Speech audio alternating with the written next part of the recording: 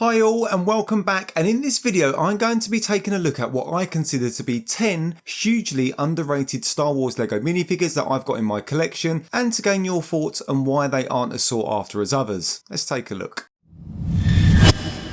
So in no particular order, we have this battle damaged jump trooper. Released in 2016 in the Galactic Empire battle pack, this set actually included two of these minifigures, and being a battle pack, it obviously had a low entry price point and therefore these minifigures don't hold much value. However, they do include some very unique features, albeit the head and the legs have been used on various Stormies over the years. The torso and the helmet do have some very cool and unique print designs. The helmet is the same mould as the 2014 Stormtroopers, which in my opinion were the best Stormies designed to date. And of course they don't have the Family Guy style dual moulded helmets that were introduced in 2019. Now this particular version did have some very nice battle damage scratches on the helmet and some further scratches and holes on the torso, which again were the same used for the 2014 up until 2022 Stormtroopers. Those parts being unique to this minifigure and with an average price point of about £6 makes this figure an absolute bargain and perfect for army and mock building. Up next we've got Ned-B from the 2022 Obi-Wan and Darth Vader set. Now albeit that set had an RRP of £45, which for me was a little bit overpriced, it was soon on sale pretty much everywhere, which meant the price of Ned-B soon plummeted as well. Now making his television debut in the Kenobi series, I think LEGO designer did an absolutely fantastic job with this figure when compared to source material. The head and armour print is one single mould, which is obviously unique to this minifigure, and it also included a 2x1 slope freeze backpack, which is also a unique print as opposed to using stickers. For those of you that watch the show, you'll know he sacrificed himself protecting Chirrut from the oncoming stormtroopers, so it's a figure that we're unlikely to see again. Now with an average price point of about £8, he's a great minifigure to pick up and add to your collection while the price is still relatively low. Next we've got Luke Skywalker from the 2018 X-Wing. Now over the years we've seen multiple versions of Luke in his pilot outfit, but what I love about this version is the dual moulded helmet and the additional print detail and the integrated visor. Now for me it's far more superior than any other helmet we've seen for Luke, and even when you compare it to the UCS version, that design falls short due to the fact that the helmet just simply wasn't as good. We did see something similar with Biggs in the same set, but that design was very short-lived. Now even though some might argue that the dual moulded helmets are a little too big and bulky, the additional print around the sides does look more screen accurate. Plus you can also add a hairpiece without swapping out the heads due to the lack of visor printing on the face. What would have been better is if the UCS version had a non-printed visor on one of the sides of the head, opposed to the visor being in the up and down position. The Resistance Bomber Pilot minifigures all had the built-in visors on the older style helmets, so I'm not quite sure why LEGO didn't use that design for Luke. Either way, I think it's a great looking figure, and personally I love the detailed helmet design. He's still pretty sought after, costing on average of about £20, but I am surprised his value hasn't gone up over the years. Moving on, we've got Enfys Nest from the Solo films. Now personally I thought these films were great, and I know that might be controversial for some, but I think the wave of sets and minifigures were hugely underrated, and I think the disappointment of The Last Jedi affected the film's success, which is just a real shame. Nevertheless, this minifigure appeared in one set, which was the 2018 Cloud Rider swoop bikes, and with the exception of the head, which understandably had no print, the rest of the minifigure is completely unique. Now when you compare this to images from the film, I think the design is really screen accurate, and the only thing it's missing is the fur around the neck. And whereas we've seen part usage on the Penguin minifigure, it wouldn't have fitted due to the mask, which was obviously more important. Talking of the mask, again it's a completely unique mould, and I think it looks really nice and includes those iconic spikes. The mould does include the piping around the sides, but unfortunately they weren't printed in black, which is the only real letdown when you compare it to images from the film. The cape again is unique, and it does include some really nice detail, and it does include a little bit of print on the back to represent the fur, so not a bad effort there. As for the price, we will be looking at around £15, so if you're a fan of the Solo films, this is certainly a nice minifigure to have in your collection.